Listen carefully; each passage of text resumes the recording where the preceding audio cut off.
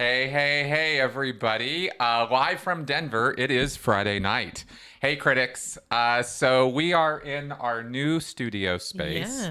Yeah. It sounds a little weird in the It's a little headphones. echoey. Yeah, Yeah. it seems a little echoey, but I think that we're not doing too bad. Yeah, it doesn't sound too echoey on the broadcast. You guys let me know. But anyway, here we are. Hi. So it's Friday night, and this is Critical Conversations for the 1st of April, 2022. I don't have any April Fool's jokes planned. I'm not a cruel person, and I don't try to prank people. That really, I'm no good Yeah. at it. I'm just not very creative in that direction. You'll notice there is a TV missing behind us. I did not put that up this afternoon. I literally got all of this stuff set up this morning today, tested and everything. So, hey, Steve. Yes, keep my mouth pointed at the mic. Yes, thank you for that. That is right. I do need to do that. So anyway, we're gonna get used to this new space and our new studio space here. But as you can see, I am joined by my beautiful wife, Melissa. Hello. And we are very happy to have her here as well. And this is a roll your own show this week. I see we have a call in the queue already, which is awesome. I'll be picking that up in a second. But this is open mic. You can call in, talk about whatever you want. We didn't pick a topic for the show or a theme for the show particularly this week because it's just been kind of a crazy week with the move and the anxiety of the move and the exhaustion of a move. And it's not just moving it's setting it all back up when you get there. Uh-huh. Oh, And it's all a different shape and size, so you got to figure that out. Yeah, exactly. Give him a slap or a punch. I was just reading Jay's comment there. I knew Will was going to come up, and I've actually got it on my Post-it note of potential things we'll be talking about this week. First, before we get to any of the calls, before we get to anything else, though, you have a quote. Yes. And I wanna make sure we make time for that. Okay. Let me find it here. Yeah, April Fool, haha. LRH was seen in Estes Park. All right. Yeah. This one's from Albert Einstein. Learn from yesterday, live for today, hope for tomorrow. The important thing is not to stop questioning. Boy, that's a good quote. I like that quote. That's kind of one of those never give up, never surrender kind of quotes, from Galaxy Quest. I love that movie. Love that quote. Love that idea, that concept,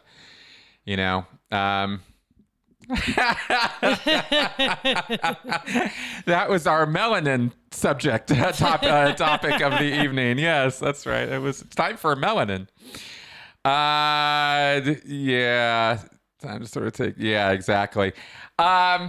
Okay, so before we get into anything else, I guess we should see who this caller is.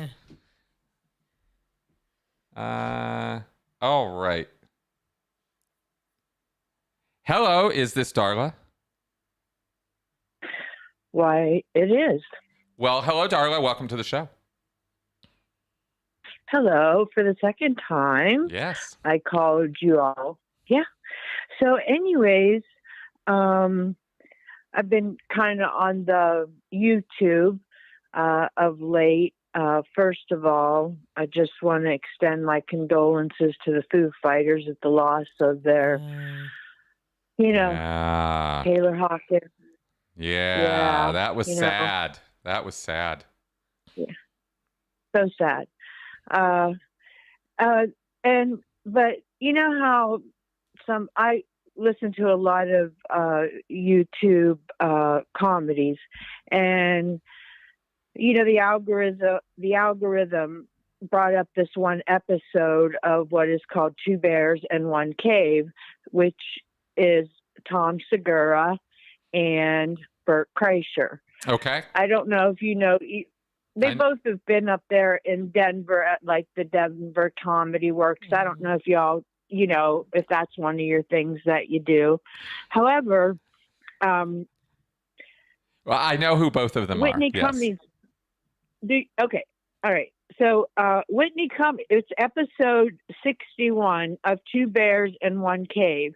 And Tom Segura was off, and they had a guest co-host, and it was Whitney Cummings. Okay. So she went off, it was kind of a little of an uncomfortable conversation because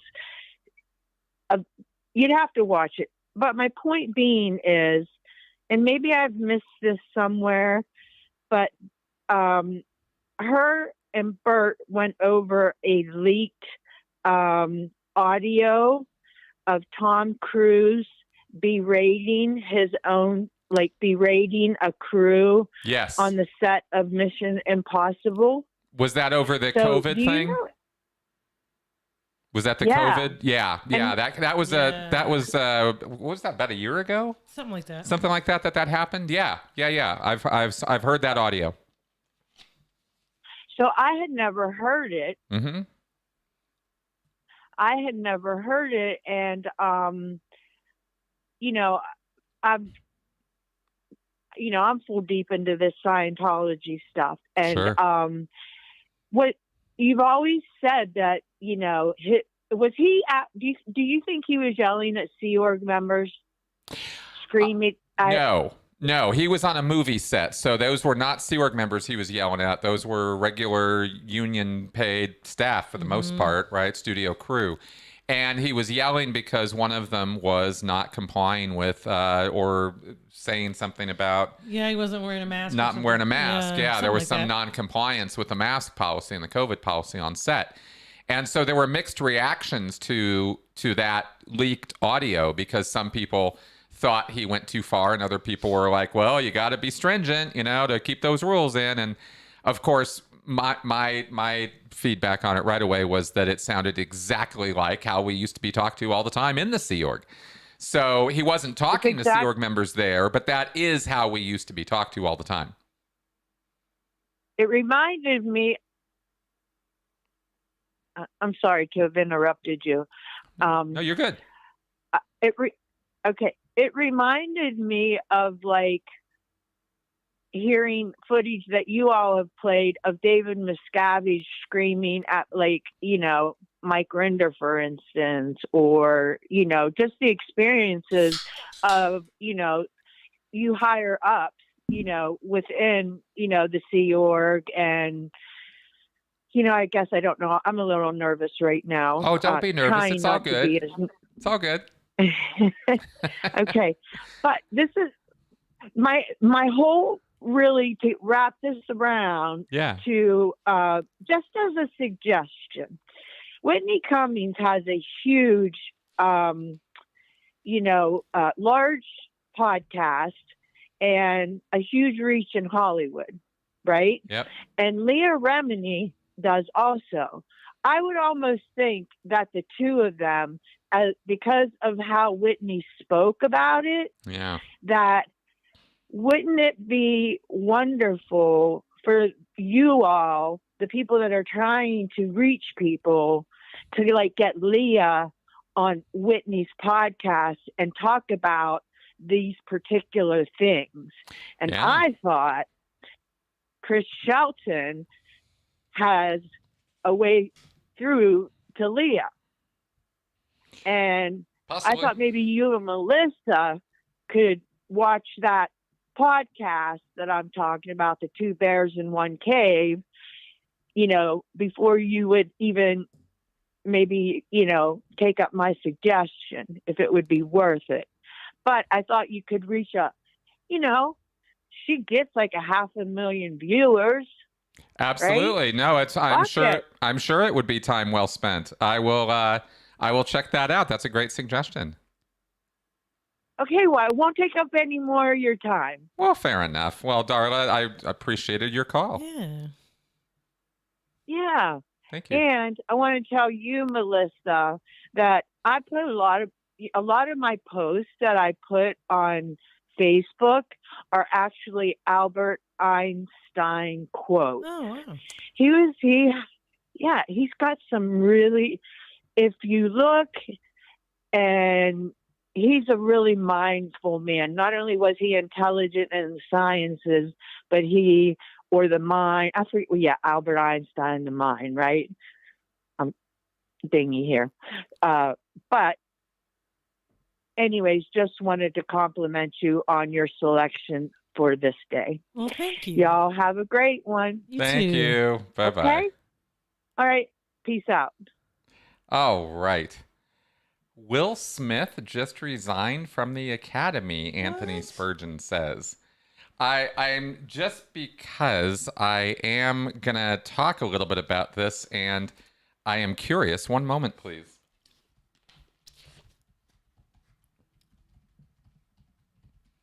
That is why we have the laptop here, yep. so that we can look stuff up. So, resignation from the Academy. That is interesting. I don't know, though, as I sit here, exactly what that means. I guess he can't vote for other movies to be Oscar winners or something. I don't know. Yeah, I don't know exactly what let's it see. means other than Let's see that what to be they a part of the Academy. say I'm sure here. there's more to it, but Yeah, just in terms of oh my dear goodness. Lord. Always gotta do this. Add block, continue to cite. Thank you. Thank you for your patience here, folks. We are just understandably curious about what this is about. Any further consequences? Resigned. Accept any further consequences. Shocking, painful, and inexcusable. Academy said later Friday accepted his resignation. Continue disciplinary proceedings against the actor. Okay, so he has apologized, and he has resigned, and that is what we've got. I'm just wondering if there's any. Here's the complete statement. Yes, he specifically includes Chris in his apology, and betrayed the trust of the Academy. I deprived other nominees and winners of their opportunity to celebrate and be celebrated for their extraordinary work. I am heartbroken. I mean, these are the right words. I want to put the focus back on those who deserve attention for their achievements and allow the Academy. That is all correct. Those are the exact right words to be saying. So let's see what he does with that. Okay, good. We see you in the queue. We will pick that call up in just a moment. Okay, good. Do not have silence on air. Sorry about that, Red Pill. Just had to catch up there. Will Smith was, just to let you guys all in on this, okay, with Will Smith and Scientology, because I do happen to know what's up with that. He and Jada were Scientologists, and I mean full-blown, paying for services, trained on e-meters. I mean, really in. I don't know how far Will got, but I know Jada got far enough to be able to use an e-meter, and that's not a small place to be. That's well into it. That is having read Keeping Scientology, working numerous times. That is going to, events. That is being like in. That's where she was at. And apparently the word was that she is the more, or was the more hardcore member of the two, and that Will has, as you've seen, if you followed Will Smith's career, he has dabbled and been in and out of all kinds of things over the years. And Scientology was one of those. I suspect Tom Cruise probably disseminated to him, but I don't know for sure. I really don't. I have no idea. But yes, he was in. And and the reason I can say they were hardcore and in is not only were they trained, but they actually opened a Scientology school. Tony Ortega reported on this extensively on his blog. You can look it up, Will Smith's Scientology School. They got all kinds of behind-the-scenes skinny on what went down there. And they were involved pretty heavily. They put a big chunk of money in, like a couple million or something. And it didn't succeed. And after a couple of years, they had their kids going there. The Smiths' kids went there, along with other kids, and it was Scientology run, Scientology ethics, not just Scientology study tech, Scientology org board, all of it. So if you wonder why the family's a little off. I mean, there is Scientology influence in that family, and it was pretty heavy for a little while. And I'm not saying that's absolutely positively the cause of the offness in the Smith family, but something's up with that place. I mean, it's just, it's been a very up and down thing with their relationship. So, yeah, hardcore. And this was like 2009, 2011-ish, if I remember right. Again, look to Ortega's reporting on it because he gives all the dates and specifics. But it did happen. And then they did get out. And they are out now. And there's a couple of reasons that we absolutely positively know this is the case, and that they have been out for years, not just like a couple months, or they just left or anything like that. But one of the biggest reasons we absolutely positively know that this is true is because Jada Smith has a Red Table show. And again, I do see you in the queue, and I am not ignoring you. We are going to get to you, Annie. Sorry, Henny. It's Henny. The reason that we know this for a fact, that there's absolutely positively no way that they are not Scientologists anymore and are not involved with the church in any way, is because Jada had Leah on her show. Okay. Right? She's got a podcast. She's got a YouTube show. I think it's called The Red Table or something. And she does these discussion things with people. And she had a whole full-on discussion with Leah. And you just do not. There is no one in Scientology who is going to get away with keeping a connection with Leah Remini. We always talk about how celebrities have all the exceptions and the rules are broken for the celebrities all the time. And they are. But not that rule, not that far, not that deep. No way is anybody in Scientology going to be allowed to be connected with in any way Leah Remini. So that is absolutely proof positive that they are completely out. And I don't think that that anything that happened at the Oscars was a reflection of their was a direct causation, connected to Scientology in any way. Even after I heard John Travolta gave Will Smith a hug, some kind of condolence or something, or not condolence, but some kind of, hey man, it's cool. Yeah. Good on him. I don't think that they're like declared suppressive. I don't think they left and the church hates them, but maybe the door is still open, that maybe the church considers there's still some possibility that they could recover them.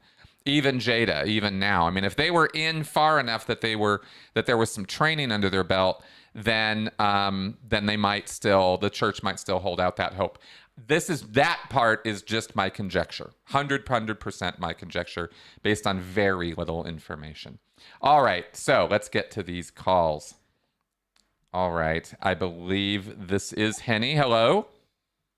Hi, Chris. Hi, Melissa. Hello. How are you guys this evening? How's the house coming along? Slowly, but surely. Slowly. Yeah. Okay. That's the way it's supposed to go. But are you happy? Are you happy in your new home? Yeah. Very much. Yeah, you're feeling okay. You're feeling it. Okay, yeah. It's going to take a little time, but I'm glad that you're there. Well, it's a house. It's a house. Yeah. Oh, I mean, well, here's the thing. I was saying this during the week, and I don't know if I told you guys, but this is the first time since I was 17 years old, and I'm 52 now, that I have been in a house that I can call my home. I haven't lived.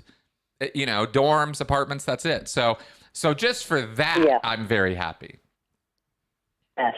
I've never lived in a house either, Chris, and I'm older than you. So good luck. I'm so glad for you. I really am. I really am.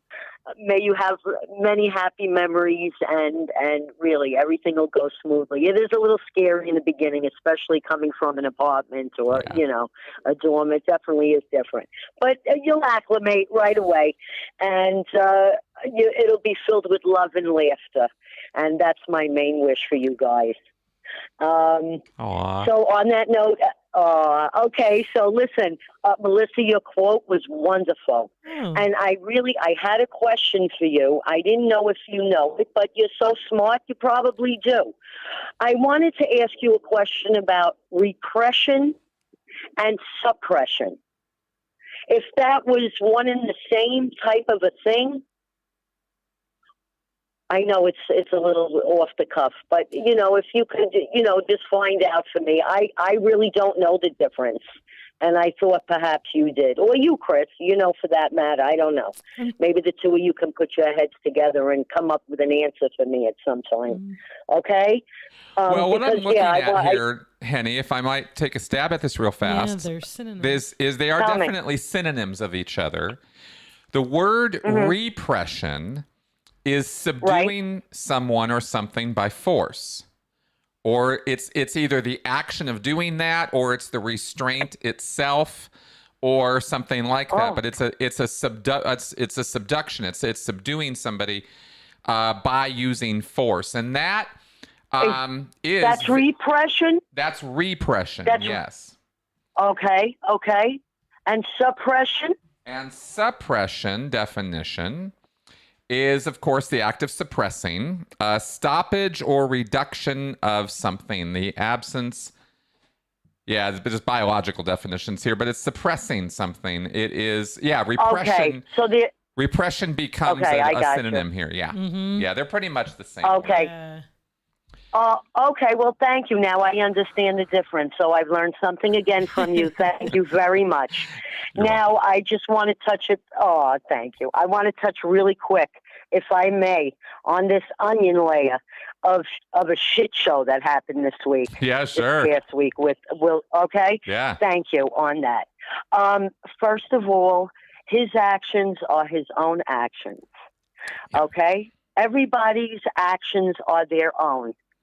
And you can say whatever you like, but you may not assault anyone. Okay, that is, it's not only unacceptable; it's the law. Yeah. Okay. Big time. You may not assault someone.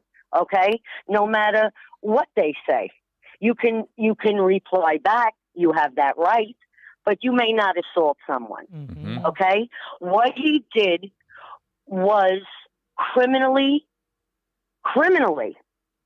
a criminal act against Chris Rock. That's right. Okay, that's number one. It was actually they didn't call the police, but they almost did, and Chris Rock said, "I'm not pressing charges. Don't do that." I thought there were some that showed up. Well, did they show up? I'm not sure. Maybe I got that wrong. Oh, maybe they showed up, but he didn't press charges. That's the only reason he didn't get arrested there. No, that's not correct, Chris, and I'm going to tell you why. Oh, tell me. No, why. it is not. Oh, I will, sweetheart. I will. Here's where I can teach you a little bit of something. Because, tell me. Okay. Apparently, regardless of the person pressing charges, a criminal act was committed. He could have been arrested regardless. Oh, that's true. That's true. He could have. You're right. Okay. You're absolutely right. You're absolutely so that right. I knew that. Is not even okay. Yeah, that's right. Okay, that's right. Now, on going on just a few other levels, I'm trying to go quickly, okay? He then assaulted him verbally, okay? And continued to assault him. Now, I have to say, as a person who's been assaulted physically and emotionally, okay? I was devastated. I felt like I was being hit. I really did. And Chris Rock handled it like a gentleman. Okay? A real gentleman. I agree completely.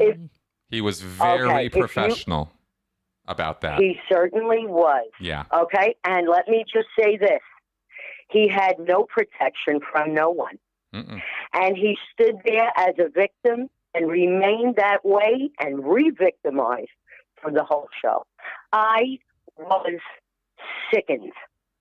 Okay, not only by the actions of Will Smith, which were deplorable and criminal, okay, but the Academy, whose job it was to protect their host, the person representing their show on the most prestigious, it was their responsibility to ensure that he was safe.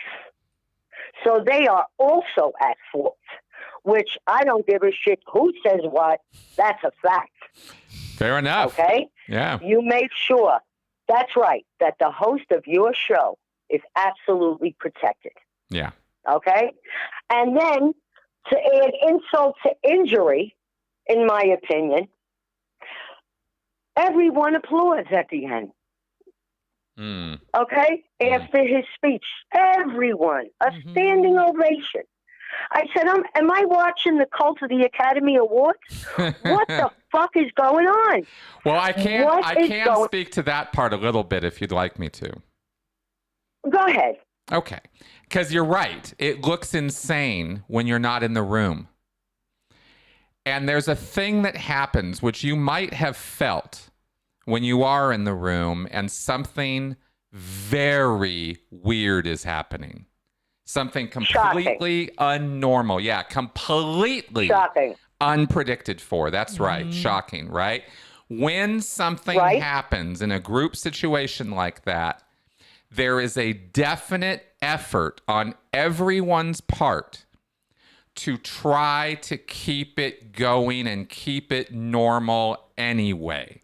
It's a weird thing. It looks bizarre from the outside, but in the room, well, I'll tell you, I'll tell you why. Yeah, I think it's bizarre looking. Yeah. Because this was a criminal act. Of course. Exactly. Okay?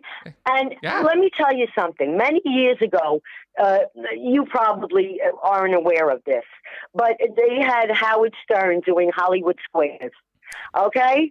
And out comes Howard Stern and he gets in his box. Okay? Hollywood Squares was a game show. Okay, Chris? And they had all different actors in each different box and everybody got applause. Yay, yay, yay. And here comes Howard Stern. And I loved Howard Stern. I was a big fan. I was younger, okay? Yes, I know. And I'm watching him, and I love you. And he gets on, and you could have heard birds chirping, okay? Yeah. Nobody applauded him. And here I was, yay, Howard, and I'm realizing, wait a minute, nobody is applauding. Right. There's nobody. Wow. Well, that's what should have been for him. Yeah. My ass would have never gotten out of the seat to applaud for him. I'm sorry. I'm sorry. You could have heard a pin drop. Okay? Understood. Because that's that. And then I'll say one more thing and I'll let it go. All right? Yep. But I just felt like a victim, and I feel like Chris Rock was certainly a victim. And he didn't deserve to be. He really didn't. He didn't deserve to be. Not at all. Okay. They also know who to pick on. Because if that was The Rock instead of Chris Rock, wait a minute, he would have thought about the consequences of his actions. Yep. Yes. Okay, because true. they would have been negatively. Right. Okay? Right.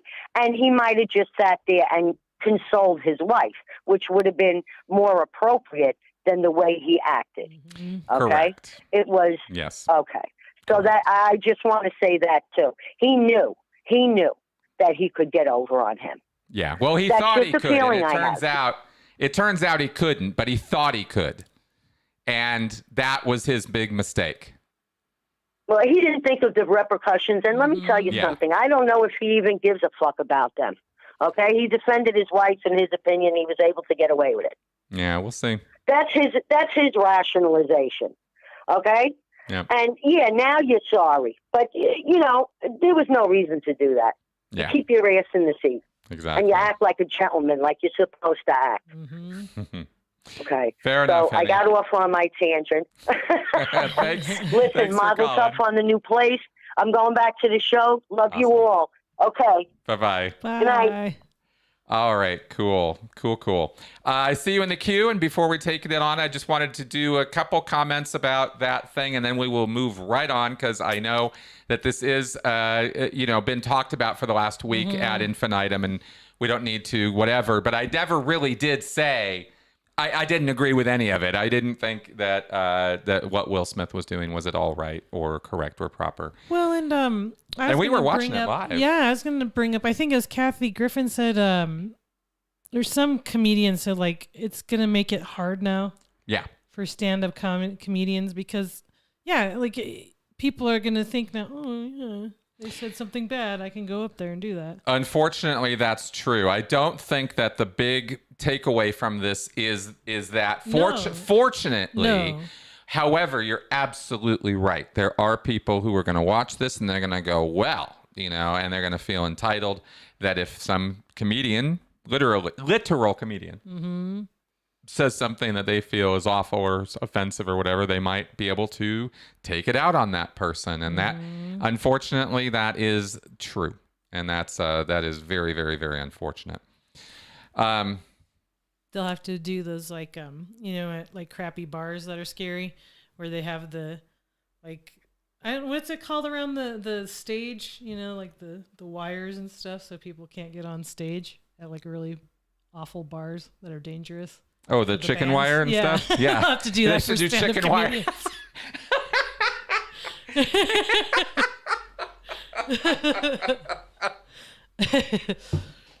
Yeah, it'll look like that scene out of Blues Brothers with the stage with the chicken wire. That would really be very funny. That would be very, very funny if next year, if Chris Rock came out and did a presentation behind a glass panel or behind chicken wire or something. That would be very, very funny. Okay, let us see what this call is here. Hello, you are on. Hello, can you hear me? We can hear you. Hi. Oh, good evening. It's Gail again. Hi, Gail. Since my husband died, I have nothing to do but talk to you. Anyway, I heard something really funny. Someone went into an org, and there was no toilet paper. Yeah. With all the damn money they have, I have two questions. Number one is how do they retain any staff? Because apparently, I know it's not as bad as the Sea Org, but apparently you have to make up statistics, and they give you your ass if you don't get these statistics. Yeah. And why would anyone stay on staff anymore? Because I'll tell you the honest reason. If you really want to know, the reason is because there are enough instances, enough times where it looks like you are honestly helping somebody. As a staff member, I was a staff member for 7 years before I was on the Sea Org, right? And the things that would keep you going would be the dream of the goal of what you're doing. Of keeping to go forward and keeping to move on because you're helping people, damn it.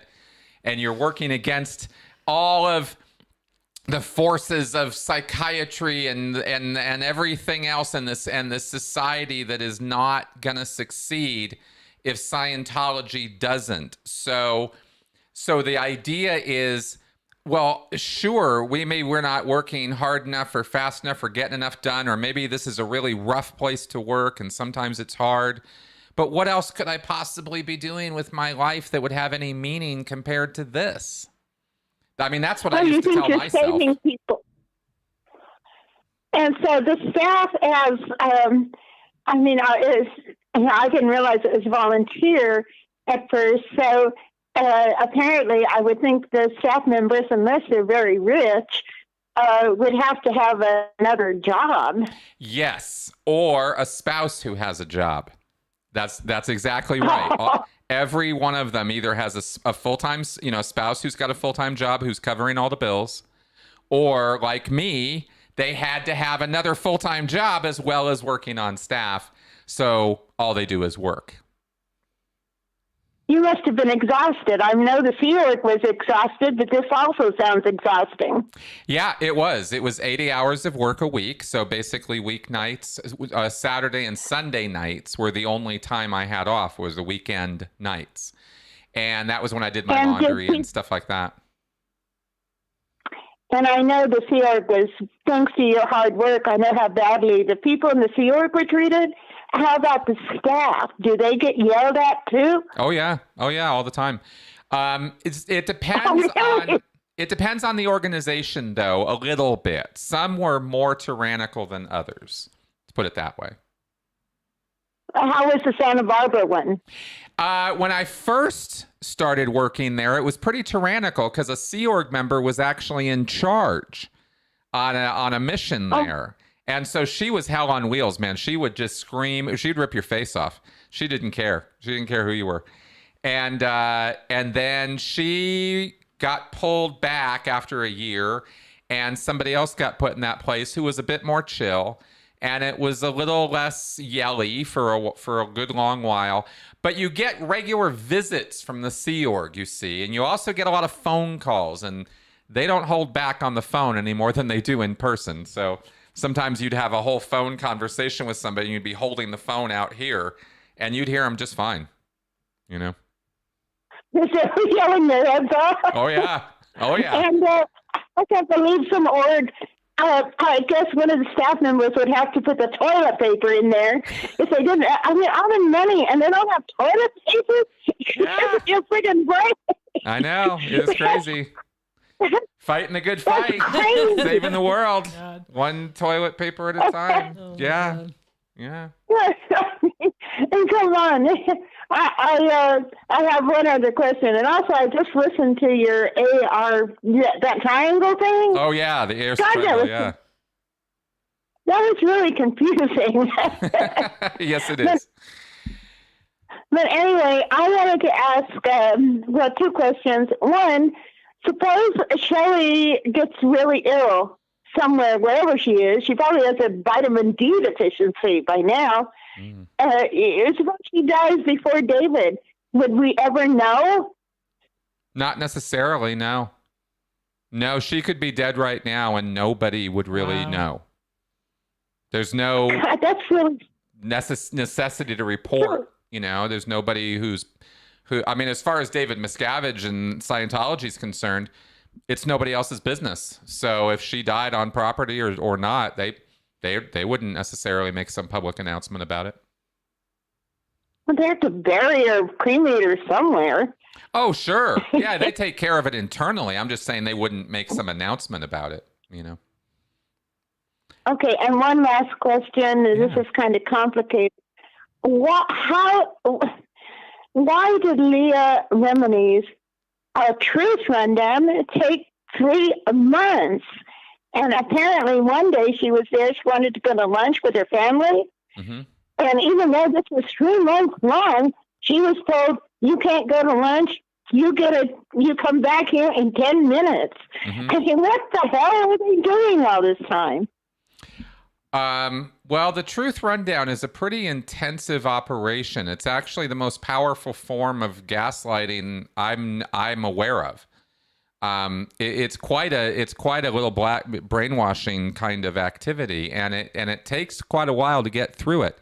They kind of take their time, and I'm pretty sure she was also doing some like amends, physical labor, stuff like that between sessions. I don't think she was just going in session. And also, one of the other things that happens when you're getting, the rundown like that is when you have a session, reports get written about what came up in that session, and you then go see an ethics officer, and he goes over the report with you and goes, oh, so you were saying this and this and this awful stuff about Scientology, and that was because of this and this and this overt that you committed. And so what are you going to do to take responsibility for this now? Wow. You know, what are you going to do about this? Right? And you have to come up with some plan of what you're going to do to make up for the damage that you did. Oh my God. And she was a parishioner, not even a member of the Sea Org or anything. Nope. And she had to pay $300,000 for this thing. And then apparently, this is the only time I've ever heard them kind of apologize. They had her come in and said, well, maybe we were wrong. And the thing is, and she said, yeah, I know you were wrong. And I think the reason they did that is she stopped going every day. She went maybe a couple of times a month. I think they were trying to get her back because she's a celebrity. What do you think? You mean Leah? I'm yeah. sorry. Well, she was called it. Mm-hmm. They called her in and they said, "Look, I think we were wrong about this." And she said, "I know you were." Yeah, that was a little too late if we're talking about Leah. Yeah, she'd already decided she was out, if I remember right. Yeah, she said she said she wanted a refund, but she couldn't call and talk to Scientology because she was a suppressive person and she had to talk to them in order to get a refund. Exactly. That's just one of the many problems with the church in that fashion. So, exactly. It sounds like this one just sounds just completely crazy making. And even the parishioners have to write reports on each other, even though they're paying for it. That's right. That's exactly right. All right, Gail, I gotta let you go because I got calls in the queue. Oh, I'm sorry. I didn't mean to go on so long. You're fine. Thanks for calling. Bye-bye. All right. We are going to get right into this one. I know, but I know. All right. I believe this is Anthony. Yes. Hey, Chris. How's it going? Hey, going pretty good. Thanks for holding for a while there. What's up? Yeah, no problem. Always enjoy talking to you guys. Yeah. I just I had just on the comments there. I was the one who let you guys know about the Will Smith resigning and everything, and that's something I've been following pretty closely. But anyway, I wanted to. I had a couple of questions real quick, and they're Scientology related. The first one is, when I watch the videos, when I and the Scientology research I do, just because it fascinates me, see videos, these testimonials. There's that one where they're all talking about how great Scientology is, and it's like quick cuts. It's like, yes, this I know person exactly will say what you're a sentence. talking about. That person, yeah, that person will say a sentence. Yeah. So, and I've seen, they have the same like fixed stare, and this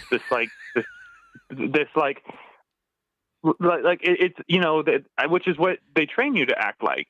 They train you in Scientology. They literally, you have staring contests, right? Where you just stare in someone's eyes for hours and hours and hours, right? That's kind of. Yeah, they frame it a little differently, but basically that's what it is. Yes. Yeah. And also, and this is in cults in general. They just have this look in their face, this sort of like this brainwashed look, and you can see that across all cult members. And I can see it, and I compare it with people like Mike Rinder. There's a lot of videos of him when he was in Scientology because he was the spokesman, and he kind of has this certain cadence and certain way of talking. And you see videos of him now. He seems completely normal, and he's had time to sort of shed that experience. And you compare that, and that brings me to my question for you, Chris. We've seen so many videos of you post Scientology. Is there any video of you while you were in? Is there any video footage out there of you while you're in? So we could see just. I mean, unless of course you just don't want it seen. I would understand that. But just, to me, I think it would be fascinating to do that same. I got you. Yeah, it'd be fascinating to do that same comparison. No, you will not be able to, because the only video of me as a Sea Org member is silent. It's from a distance, and it was taken by Anonymous when I was in Seattle. Oh, really? Oh, wow. Yeah. They got about 10 seconds of me. Where you were being filmed? I was. It was on my arrival to the org. I was a missionaire, and I was there with a woman, and we both got out of the car, and there was anonymous protesters there, and they had cameras, and we had already been under anonymous protests for like a year or two by this point. I think it was 2009 that this happened.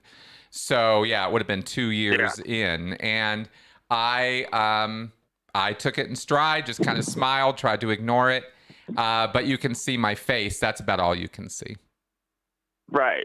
There's no videos of you like giving a lecture or doing one of those testimonial videos or anything. Nope.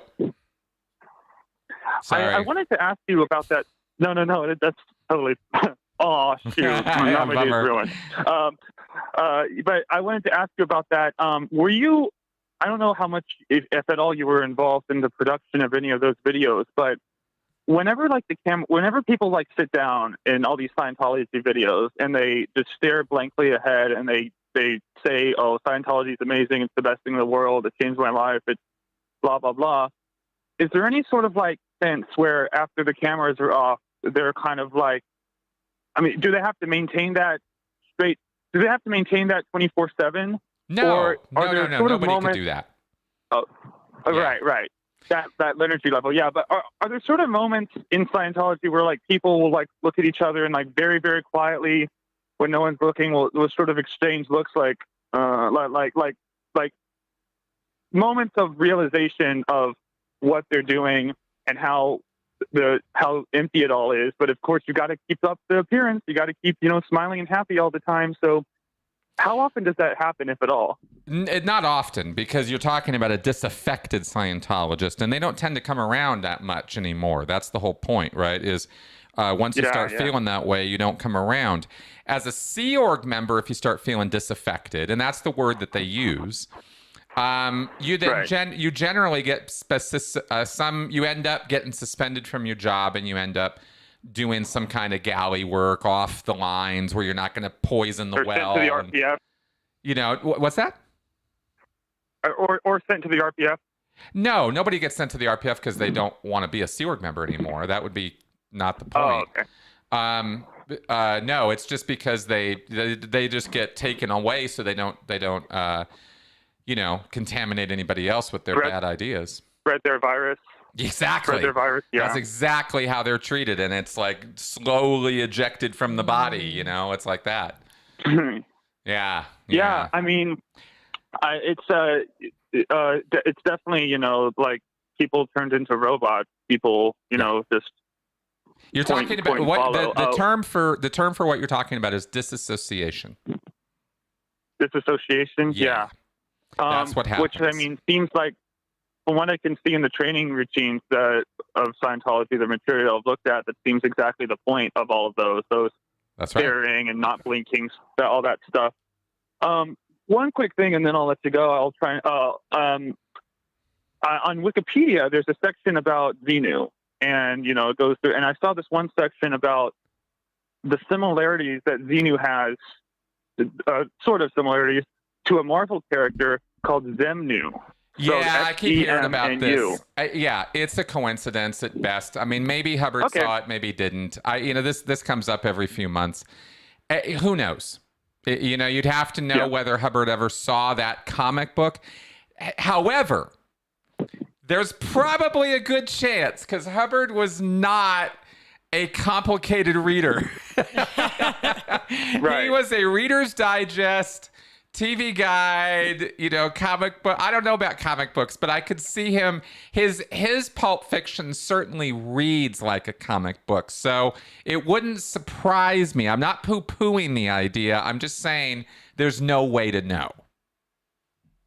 I gotcha. Yeah. I mean, just the idea that Marvel Comics had any influence in Scientology's doctrine is just hilarious. It is. All right, I'm going to let you go because I got some other callers waiting. I got you. Well, have a good one. Thanks for calling, man. Good questions. No problem. Bye-bye. Thank you. All right. Yeah, I'm trying to run through some of these. And we have Adria now, who has been very patient. Yes. And Travis, I do see you in the queue. So, Adria, hi. Hi, Chris. Hi, Melissa. Hello. Welcome to the show. Hello. Hello. Thank you very much. So I'm calling to, get your take on where we're at with the war going on between Ukraine and Russia. Yeah. Did you have any thoughts on that? Just a couple. Really no change from my earlier positions as far as my, sympathies for Ukraine. And I believe Russian is a bit of a tyrannical aggressor. I believe today I saw a report that said that it was the first time Ukraine took a shot at Russia in Russian territory. They sent some helicopters over and apparently did some damage at a air base or something. So good on them. I think that is, to bring the war to them is is, I think, a good defensive posture.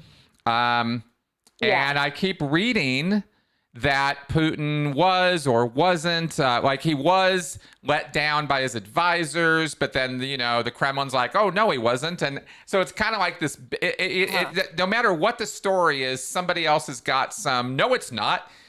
So it's a little hard to kind of tell what the hell's really going on, but they're holding out, and I'm happy about that. Yeah. Me too. Yeah. My Russian friend who was in danger of going to jail, she got out. She got to another country. So I was very glad about that too. Because, the Russians who are dissidents, bad things happen to them. So. Yeah, exactly. Yeah. I was wondering, would you consider doing an episode? It might have to be in retrospect. But of the coercive control that Russia tried to employ, in this Russian-Ukrainian war. Just an idea. No, it's a good idea, and it is something I've been thinking about doing a bit of a dive on Russia for a little while now with this Ukraine situation. And it is something that needs to be done, and I want to do it right. And I do have some sources that can help me do it right. So, so it's not a bad idea at all. I need to get to it. Okay. Well, whenever. I just thought I'd let you know I'd be interested. Another show idea that I'd be very interested in watching is, again, with the coercive control being unveiled by the January 6th Commission. Oh, yes. Yeah. Yes. That would be a very interesting show as well. Yes, I am waiting to see what they have to say, this commission. Yeah. Government commissions are classically controversial no matter what they say, but the data should be interesting. And that's what I tried to use when I was analyzing the Trump situation with, what's his name, that FBI director, that report. Yeah, I remember that. The Mueller report. Yeah, and it was, there was and I fascinating really enjoyed that episode. Yeah, thank you. Yeah, it was fun stuff. So you're welcome. Yeah, so I will definitely. Just thought I'd let you know your thoughts are, people are interested in them. Well, thank you very much. Cool, Adrian. Well, I actually literally wrote that on my Post-it. I got these little notes out, so in case I ever need to make notes. And this is the first time I've had to make 2 notes in a show, so this is great. Wow! All right, well, I'll let you go because I know you have Travis and maybe even others on the line. But I wish you a wonderful weekend and happy settling into your new home. Thank you so much. Really appreciate it. All right. You have a good weekend too. You're welcome. Bye-bye. Thanks. Bye. All right. And yes, let's pick up Travis, and this will be the last call for the show this week. Travis, you are on. Hello. Hey, good to hear. Good to speak with you. Yeah, no problem. As a follow-up, it was an oil depot that was allegedly attacked by the Ukrainians. Right. Allegedly. That's a good point, by the way. That's a good point. You don't know what it was. Yep. Listen, a phrase that needs to be, or a axiom that needs to be brought to the fore is an old one, and it's very accurate, is that the first casualty of war is the truth. Yep. Yep. True. So in the end, do we really know whose propaganda is accurate? Because the Ukrainian defense ministers have all come out and said that and this has been broadcast on things like NPR, they've said that they've got their own propaganda that they're producing. So they're being honest about lying. And we all know that the Russians are very good at espionage and propaganda themselves. Of course. And they'll never be honest about the fact that they lie. So go figure with that one. Yeah, exactly. Okay. I've been trying to stick to, in terms of sources for reporting, I've been trying to stick actually to NPR. A little bit of reporting from The Guardian, but I find them a little biased. And little bit of New York Times, but mostly NPR actually is who I've been trying to stick with on news on this one. Well, always be careful with even sources like NPR. Okay. Yeah, I'm absolutely. just saying I'm not gonna knock it because believe me, I'd like to, but regardless, that's for an entirely different discussion. Totally. Okay. So I have a Scientology question. Bring it. What is the definition of an end phenomena?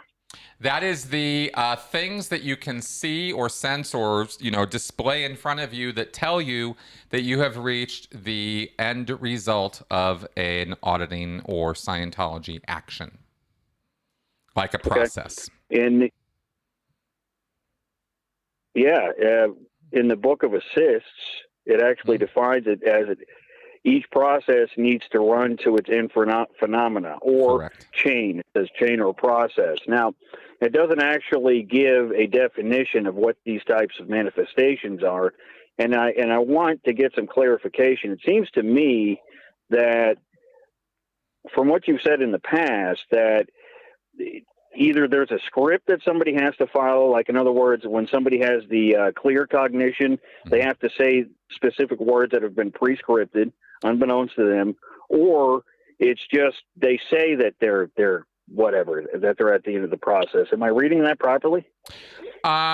Okay, there are a couple of processes in Scientology, literally a handful, that have quoted end phenomena, that have like words you need to say or their equivalent. It's never the exact words, but it has to be that concept communicated somehow in the words that you're using. The other processes, generally speaking, in Scientology, and there are thousands and thousands of processes, right? From where could you communicate to a throat is one process I could run on you for 3 hours. Oh, Jesus. Right? Until we get to the end phenomena. Mm-hmm. And the end phenomena of a process, there's 4 of them when it comes to a Scientology process. And that is a floating needle if the meter is being used. So you have an FN, you have a cognition, which is a new realization about life.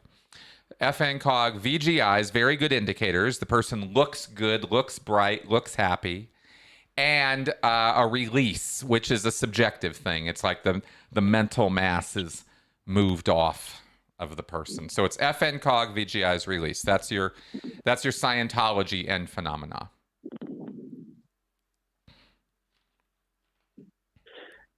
So really, it basically, it does make some sense, but at the end of the day, this is also very flowery and subjective. It's completely either on the it's part a completely subjective experience. Yes. Yeah, I mean, without the preconditioning of the brainwashing, I'm surprised people just don't burst out laughing when somebody's told, "Hey, well, you've got an end phenomenon. Isn't this great?" I look at somebody like, "Yeah, dude, sorry, see ya." Yeah, it's also very mind blowing to me. It's you have to remember that everybody who's doing this and is involved in this wants to believe it.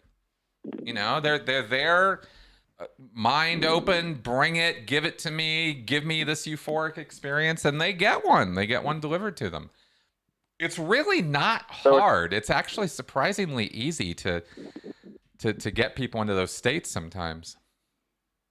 Now, is this the equivalent of like a televangelist or one of these types of deals, or you get okay? Yeah, you get them all hyped up. The televangelists, kind of use the whole television thing, but the Christian preachers are really, really the evangelical preachers are a great example of the kind of euphoric experiences I'm talking about. That eye fluttering, rolling back in your head, shaking. I mean, that kind of thing, is powerful to people, and when you interpret that experience as you have had a spiritual awakening, then they believe you, and they're prone to believe you because they're in that state of mind. It's wild. It's a whole little circular thing, and we're all susceptible to it in our own ways.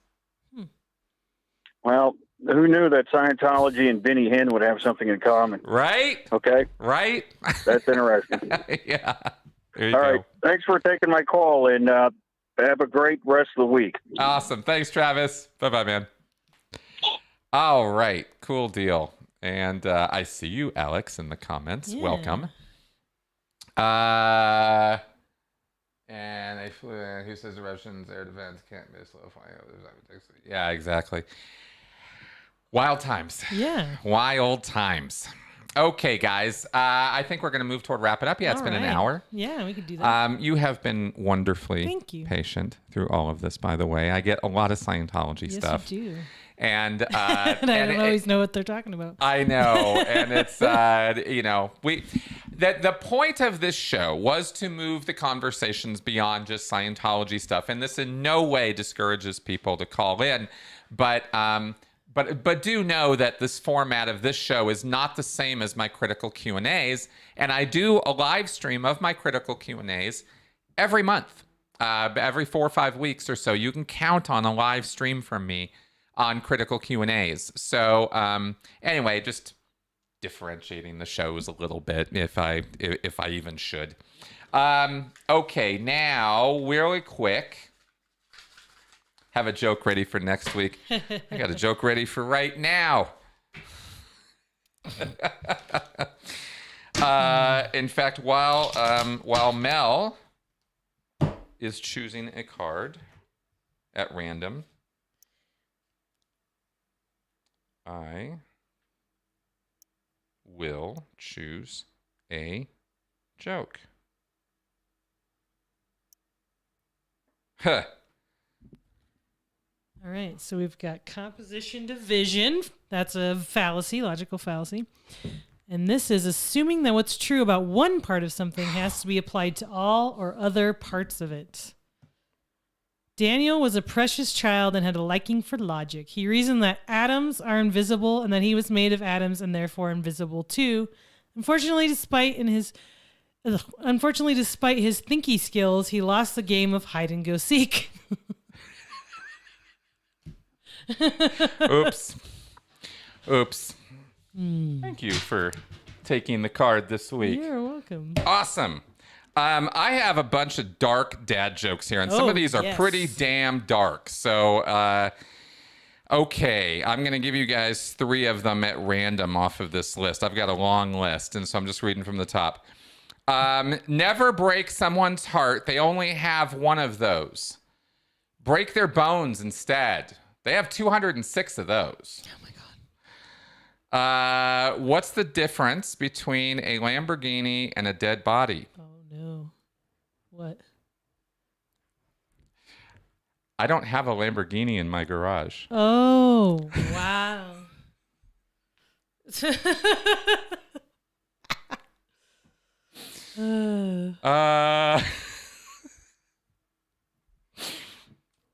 Okay. Yeah, that's just too awful. That is too dark. I'll never forget my and so here's my choice instead.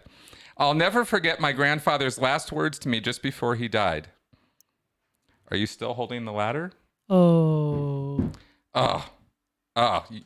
Okay. Maybe you didn't ask for that, but that's what you get off my phone. So those are my very, very, very dark dad jokes for the end of the show tonight. Okay, guys, thanks for coming around. It was fun streaming with y'all. And